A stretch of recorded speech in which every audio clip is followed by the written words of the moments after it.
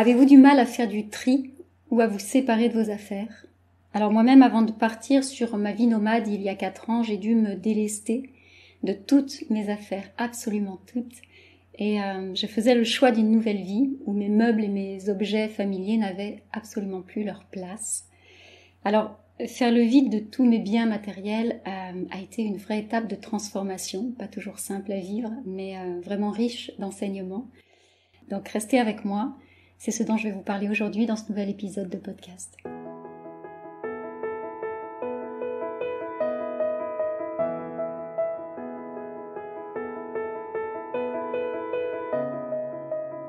Bienvenue à la maison, bienvenue chez toi.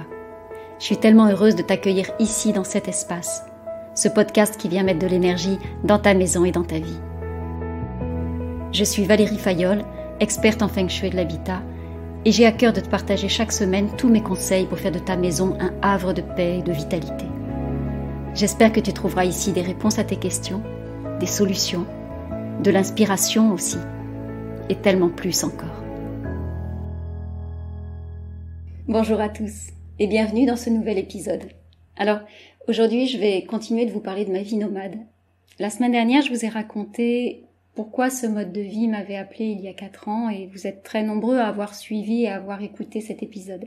Si vous ne l'avez pas fait, je vous invite à aller le retrouver sur mon podcast Bienvenue à la maison. Il vous attend bien au chaud. Et aujourd'hui, je voulais aborder avec vous le moment de la transition en fait, entre ma décision que j'ai prise en août 2019 et mon départ effectif. Il y a eu une période de transition de 3-4 mois environ, durant laquelle j'ai dû faire un certain tri, j'ai dû faire un certain ménage dans mes affaires. Qu'est-ce que j'allais faire de toutes mes affaires en partant sur cette vie nomade? Qu'est-ce que j'allais faire de toutes mes affaires? Ça, c'était une vraie question. Et je l'avais jamais envisagé jusque-là. C'était pas dans mes projets. Je m'étais pas préparée à ce projet-là. Je m'étais pas préparée à vivre cette vie-là, à partir sur cette vie-là. Donc, c'était une vraie question qui est venue me bousculer et à laquelle il a fallu que j'aille me confronter et il a fallu que je m'adapte très très vite aussi à cette nouvelle situation puisque 3-4 mois, c'est court quand on doit complètement redistribuer les cartes. À l'époque, donc au moment où j'ai fait mon choix, où j'ai décidé de partir sur une vie nomade, je vivais à ce moment-là dans un appartement qui faisait un peu plus de 80 mètres carrés. Et j'aimais vraiment beaucoup cet appartement, je vous l'ai déjà dit, mais j'aimais aussi beaucoup tout ce qui s'y trouvait. Toute ma vie passée était réunie à cet endroit. C'était un endroit que j'avais vraiment chéri et que j'avais aménagé avec beaucoup de soin et au fil des années, il y avait là tous les objets qui m'étaient chers et qui m'étaient familiers. Il y avait les meubles que j'avais choisis un à un au fil des ans. Tous mes souvenirs étaient là. Et aussi tout ce dont j'avais besoin dans mon quotidien pour répondre à ma vie qui était la mienne à ce moment-là. C'est probablement ce que vous avez aussi chez vous, autour de vous aujourd'hui. Les objets qui vous entourent, les meubles qui vous entourent sont ceux qui sont adaptés à votre vie du moment. Mais comme je partais, moi, et que je n'avais pas de destination, donc pas de nouvelle maison à investir, la question, elle s'est vraiment posée. Qu'est-ce que je fais de tout ce qui est là? Très concrètement, en fait, j'avais des décisions à prendre et j'avais des actions à poser dans un temps réduit et aussi dans un contexte, dans un projet et dans un contexte qui était très différent de tout ce que j'avais connu jusque-là, de tout ce que j'avais connu lors de précédents déménagements.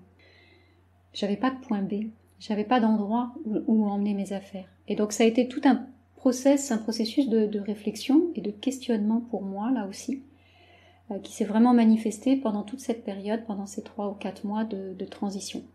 Et donc il y a 3 clés, enseignements, prise de conscience, je ne sais pas comment les appeler, il y a 3 clés donc, que j'aimerais vous partager sur ce qui est vraiment ressorti pour moi de cette période et dont j'ai bien conscience aujourd'hui avec quelques années de recul. La première chose que j'en retiens vraiment, c'est que chaque objet a besoin d'être honoré pleinement. Bien sûr, au moment où moi j'étais dans cette phase de transition, je me suis posé la question du garde-meuble.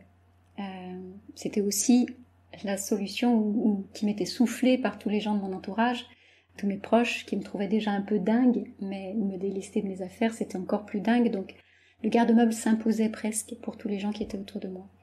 Mais moi, j'ai senti que c'était pas léger pour moi. Cette perspective-là, c'était vraiment pas quelque chose de léger. C'est comme si ça me maintenait à l'idée d'avoir mes affaires dans un garde-meuble, ça me maintenait ancrée quelque part. Ça me maintenait ancrée sur un territoire, sans aucune raison en fait, et ça manquait vraiment de fluidité. Et puis surtout, mon cœur se serrait vraiment à l'idée que de tous mes objets, chéris, de tous mes objets aimés, enfermés dans des cartons, dans le noir, pendant une période indéterminée. Parce qu'en fait, non seulement je ne savais pas où m'emmenait ma vie nomade, mais je ne savais pas non plus combien de temps ça allait durer. Est-ce que ça allait durer 1 an? Est-ce que ça allait durer 10 ans? Est-ce que ça allait durer une vie entière? J'en avais aucune idée. Vous voyez, 4 ans après, j'y suis encore. Cette notion de temps était vraiment importante. Donc mettre mes affaires dans un garde-meuble pendant des années, avec cette espèce de flottement sur la durée, c'était juste pas possible pour moi en fait. Je sentais vraiment un poids très très lourd à cette idée-là et j'avais besoin de me sentir légère. J'avais besoin de me sentir légère pour pouvoir partir vers cette nouvelle vie. C'est donc là que j'ai fait le choix de me séparer de toutes mes affaires. Et c'était aussi je savais que je partais vers quelque chose de très complètement nouveau pour moi. C'était comme s'il n'y avait pas de retour en arrière possible ou que si c'était de toute façon j'ouvrais une voie. Enfin voilà, il y avait quelque chose de cet ordre-là. C'était ça posait mon choix dans la matière, ça ancrait mon choix dans la matière. C'est-à-dire que je partais vraiment sur cette nouvelle vie. Il y avait un joli challenge là en perspective. Alors je voulais refaire un préalable aussi cette semaine dans cet épisode. Pour préciser que je suis absolument pas en train de vous dire que vous devez vous séparer de toutes vos affaires. C'est vraiment pas ce que je vous recommande. Ça peut être assez radical et assez violent aussi à faire. Donc moi je l'ai fait dans un contexte qui est très particulier que je vous partage aujourd'hui, mais ça correspondait à mon parcours de vie et il ne peut pas être transposé tel quel dans votre histoire. Il ne peut pas être modélisé. D'accord? Donc, c'est vraiment pas ce que je souhaite aujourd'hui et je ne vous souhaite pas de vivre la vie qui est la mienne. Je vous souhaite de vivre la vie qui est la vôtre. Donc, si mon expérience, même si elle n'est pas duplicable, mais si elle peut vous inspirer et vous aider à apporter un éclairage nouveau sur vos besoins, pour faire vos propres choix, alors là, tant mieux. D'accord? Mais ne reproduisez pas. Ce que j'ai fait, c'est assez éprouvant. Donc ça ne peut se faire que dans un certain cadre. Ok, donc ça c'était une petite parenthèse que je voulais faire. Alors comment j'ai fait pour me séparer de toutes mes affaires? Parce que je pense qu'il y a quand même là des clés qui vont être importantes pour vous et que vous pourrez implémenter, saupoudrer dans votre vie. Pour moi en tout cas ça a été à la fois simple et compliqué. Simple parce qu'il y avait une énorme fluidité, c'est-à-dire que mon projet était très léger, très lumineux, très aérien. J'étais très connectée avec ce qui m'appelait.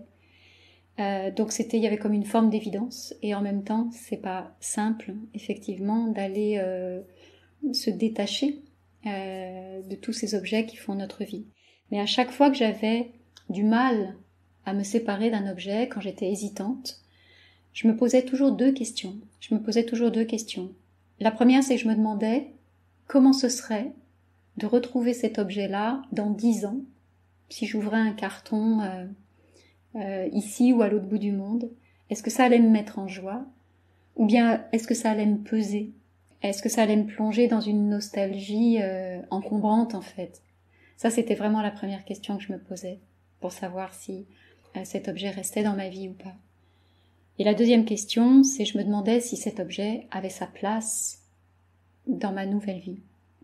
Est-ce que je l'emmenais vraiment avec moi ou pas? Et si c'était pas le cas, si cet objet ne répondait pas à ces deux questionnements, je sentais le besoin vraiment de lui redonner sa liberté. Alors je sais, ça peut paraître fumeux comme concept, mais c'est vraiment ce qui est là pour moi dans ma relation aux objets aujourd'hui. C'est-à-dire que l'objet qui était le mien jusqu'à présent, je sentais que je devais lui permettre de continuer à vivre sans moi. Il y avait des choses à faire sans moi, même si on avait passé des années ensemble, même s'il faisait sens pour moi, il avait des choses à vivre sans moi. Et donc, si je faisais pas ce choix pour moi, si je ne m'en séparais pas pour moi, je le faisais au moins pour lui.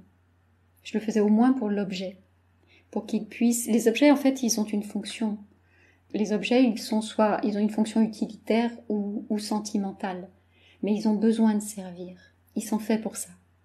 Ils sont faits pour ça. Et quand ils ne servent pas, ils ne sont pas honorés, en fait. Donc, pensez-y aussi si vous avez beaucoup d'objets qui sont oubliés dans une cave, un grenier ou un placard. Pensez aussi à la façon dont vous honorez les objets et comment ils pourraient vivre ou être utiles à d'autres s'ils sortaient de votre maison. En tout cas, moi, en ce qui me concerne, un à un, mes objets sont partis vers leur nouvelle vie. Et donc, ceux qui étaient en fin de vie ont été jetés ou recyclés, parce que ça aussi, il y avait beaucoup de choses qui étaient sur cette voie-là.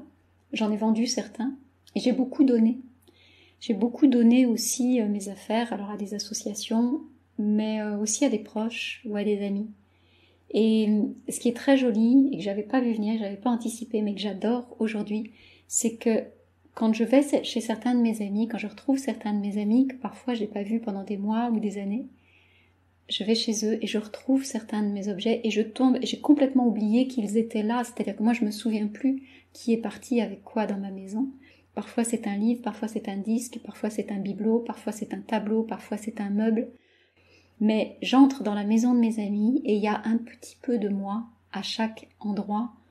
Ça m'est arrivé plusieurs fois et à chaque fois c'est très très saisissant, touchant, émouvant, c'est très joyeux aussi.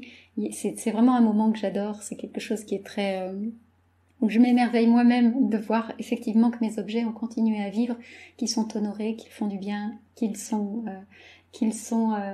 toute leur place et puis qu'on se rencontre encore parfois sur des hasards ou des invitations. Donc ça, j'aime beaucoup. Ça, c'était le premier point que je voulais vous partager. Le deuxième point que je voulais vous partager aussi sur mes prises de conscience au moment de quitter toutes mes affaires ou de me débarrasser de toutes mes affaires, c'est que les objets, en fait, n'ont de valeur que pour nous-mêmes, que pour soi-même. On se raconte beaucoup d'histoires là-dessus et on a du mal à se séparer de certains objets ou de certains meubles qui ne nous correspondent pas, soi-disant parce qu'ils ont de la valeur. Regardez si c'est ce que vous pensez aujourd'hui de certains de vos meubles ou de certains de vos objets. Je vais vous parler de ma bibliothèque. Je vais vous parler de ma bibliothèque pour revenir illustrer ça. J'avais, moi, des centaines et des centaines de livres. Et clairement, je ne pouvais pas les emmener avec moi. Une bibliothèque, c'est pas du tout ce qui convient quand on part en itinérance. La bibliothèque, on oublie. Et donc, dans ma bibliothèque, il y avait vraiment toute ma vie qui était rassemblée là. Il y avait des bouquins de mon enfance qui étaient là, mais il y avait aussi beaucoup de littérature, beaucoup de poésie, des livres d'art, des livres de photos, tous mes outils de travail qui étaient là aussi, des ouvrages de sociologie, d'urbanisme, de feng shui, bien sûr, tous mes ouvrages universitaires, tout était là. Il y avait des livres de mes enfants. Des belles éditions, des très très belles collections entières qui étaient là. Et donc j'étais très fière de ma bibliothèque, de ma discothèque aussi d'ailleurs. Et donc ma bibliothèque devait venir flatter aussi un peu mon ego. C'était un peu comme une carte de visite et ça donnait à voir tout ce que j'avais lu, tout ce que j'avais appris, tout ce que j'avais connu au fil des années, etc. Donc c'était à la fois comme comme une carte de visite, oui, mais comme aussi une vision condensée de tout ce qu'avait été ma vie. Donc ma bibliothèque, elle avait vraiment une énorme valeur sentimentale pour moi, mais je pensais qu'elle avait aussi une énorme valeur financière. Et là, je me suis pris une petite claque. En essayant de donner mes livres. Écoutez bien, en essayant de les donner, pas en essayant de les vendre. J'ai pas essayé de les vendre, j'ai essayé de les donner. Et ça a été extrêmement difficile. Alors, mes amis ont été invités en premier pour venir se servir dans ma bibliothèque, pour repartir avec des ouvrages. Je pensais que y avait de tels livres qui faisaient sens là-dedans que je pensais que tout le monde allait se jeter dessus. Il y a des bouquinistes qui sont venus aussi ensuite, des associations. Et ça s'est vraiment fait dans la douleur, c'est-à-dire que ma bibliothèque, que je pensais avoir une valeur inestimable, en fait, elle s'est vidée un livre après l'autre. Les livres sont partis un à un et c'était vraiment interminable. Moi, je pensais que tout le monde allait se jeter sur ce trésor. Et en fait, j'ai compris, avec ça, en vivant ça, j'ai compris que ça n'avait de valeur, mes livres n'avaient de valeur que pour moi. Parce que toute mon histoire était là, encore une fois, parce que chaque livre était associé à un souvenir, à un événement, à une personne qui me l'avait offert, à une émotion que j'avais ressentie, soit en recevant ce livre, soit en le lisant. Mais c'était la valeur, elle était vraiment là. Elle était dans tous ces micro-événements-là. Elle n'était pas du tout dans les milliers d'euros, parce que je pense que c'était vraiment comme ça que ça se comptait, mais dans les milliers d'euros que j'avais pu investir pour acheter tous ces livres au fil des années. La valeur, elle était en lien avec mon histoire. Et donc ces livres n'avaient de valeur que pour moi. Ça, c'est vraiment, ça a été, j'aurais jamais cru ça avant de le vivre, cet événement-là, cette phase de transformation. Et donc cette réflexion-là, m'a amené le fait que mes livres n'aient de valeur que pour moi. Ça m'a amené à ma troisième clé de compréhension, en fait, que j'ai eue durant cette période de délestage. Et cette troisième clé de compréhension que j'ai eue, c'est que les objets ne manquent pas. Les objets ne nous manquent pas. En tout cas, les objets ne me manquent pas. On a du mal parfois à se détacher de certains objets qui ont une valeur sentimentale. On a l'impression que si on se sépare de l'objet, on va trahir quelque chose. On va trahir un souvenir, on va trahir une mémoire, on va trahir une personne peut-être. Et donc on va s'attacher à cet objet non plus parce qu'il nous est utile ou parce qu'il nous fait du bien, mais on va s'y attacher par loyauté. Et c'est ce qui se passe souvent quand vous gardez des meubles en fait de famille, ou des bibelots de famille, ou des tableaux de famille, regardez ça, que vous n'aimez pas, et vous les avez chez vous parce que. Ou quand vous avez du mal à réinvestir, par exemple, l'ancienne chambre de vos enfants qui sont partis quand ils sont devenus grands. Vous avez du mal à réinvestir leur chambre, il y a quelque chose de l'ordre de la loyauté. Comme si modifier l'espace ou renoncer à certains objets ou à certains visuels, en tout cas, était un défaut de loyauté. Alors moi, j'ai aussi fait l'expérience de cela.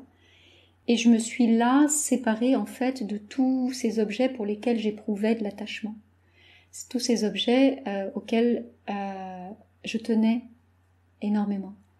Et ce que je peux vous dire aujourd'hui, parce que je l'ai éprouvé, parce que je l'ai vécu, c'est que ces objets-là ne me manquent pas.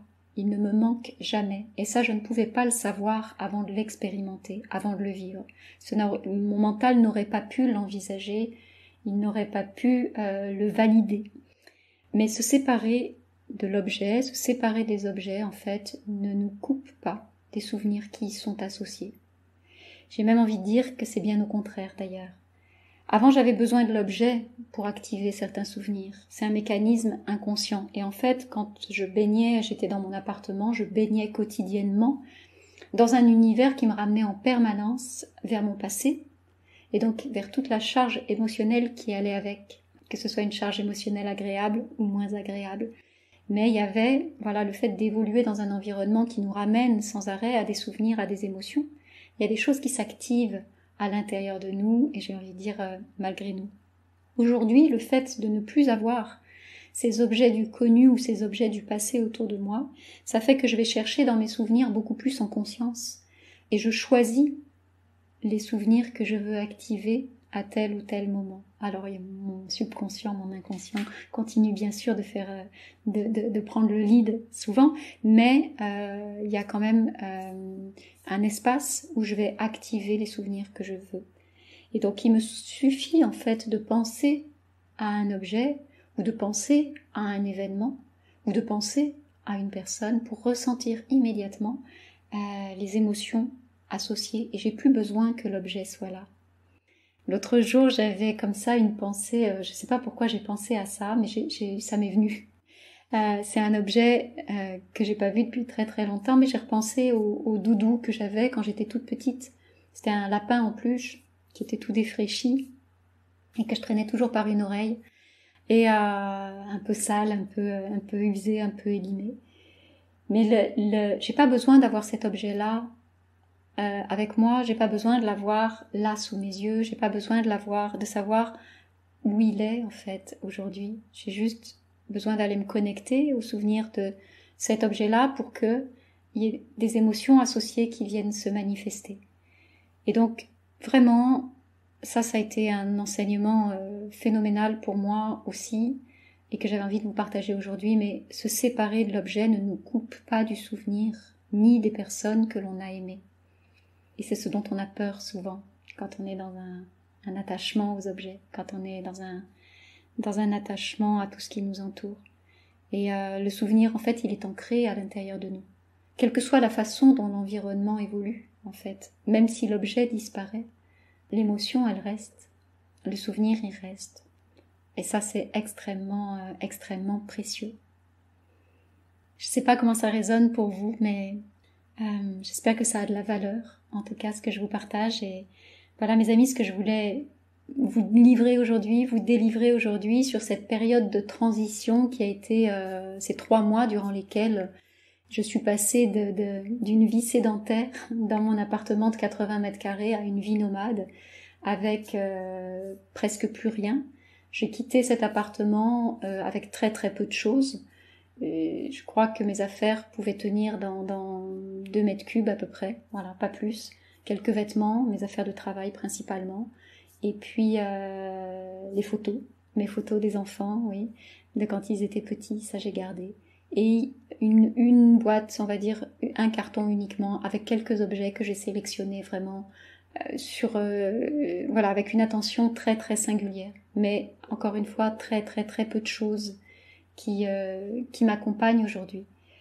Donc j'espère que c'est non pas une source de modélisation, mais une source d'inspiration pour vous. Je vous rappelle les 3 clés du coup de ce que je vous ai partagé aujourd'hui, qui m'ont permis de vivre cette période de transition. En fait, c'est que chaque objet a besoin d'être honoré pleinement. Ça, si vous pouvez le réinjecter effectivement dans votre vie. Les objets n'ont de valeur que pour nous-mêmes, pour soi-même. On se raconte plein d'histoires là-dessus. Et le 3e point, c'est que se séparer de l'objet ne nous coupe jamais du souvenir et des émotions qui y sont associées. On n'a pas besoin de l'objet pour ça. C'est un trésor qui est à l'intérieur de vous et vous pouvez l'activer à tout moment. Voilà mes amis, j'espère que vous avez eu de belles prises de conscience par rapport aux objets qui vous entourent et que ça mettra de la légèreté si vous avez du mal à vous en séparer parfois. Et puis, si c'est une vraie difficulté pour vous, vous pouvez aussi réserver un appel avec moi. Je sais que cette question du bazar, du rangement, de l'encombrement, en tout cas, c'est touchy pour certains d'entre vous. Donc, je vous offre vraiment 30 minutes avec moi en tête à tête. On va les regarder ensemble. Ce qui est inconfortable pour vous, avec vous dans votre maison. Et puis, on va dessiner des pistes d'action pour que vous restiez pas dans cette situation. La semaine prochaine, je vous parlerai des objets qui m'accompagnent aujourd'hui. Des objets qui m'accompagnent aujourd'hui dans ma vie nomade. Ce ne sont pas du tout les mêmes que ceux qui étaient présents dans ma vie sédentaire. Donc on en reparlera la semaine prochaine. Si cet épisode vous a plu et si vous avez envie de découvrir la suite, je vous invite à vous abonner à mon podcast. N'hésitez pas aussi à le partager autour de vous également. Et puis n'hésitez pas aussi à m'écrire pour me partager vous aussi vos expériences, vos témoignages, votre vécu, vos histoires de maison, vos histoires de vie nomade, vos histoires de rangement ou de délestage. Moi, je vous donne rendez-vous la semaine prochaine. D'ici là, vous prenez soin de vous et vous prenez soin de votre maison.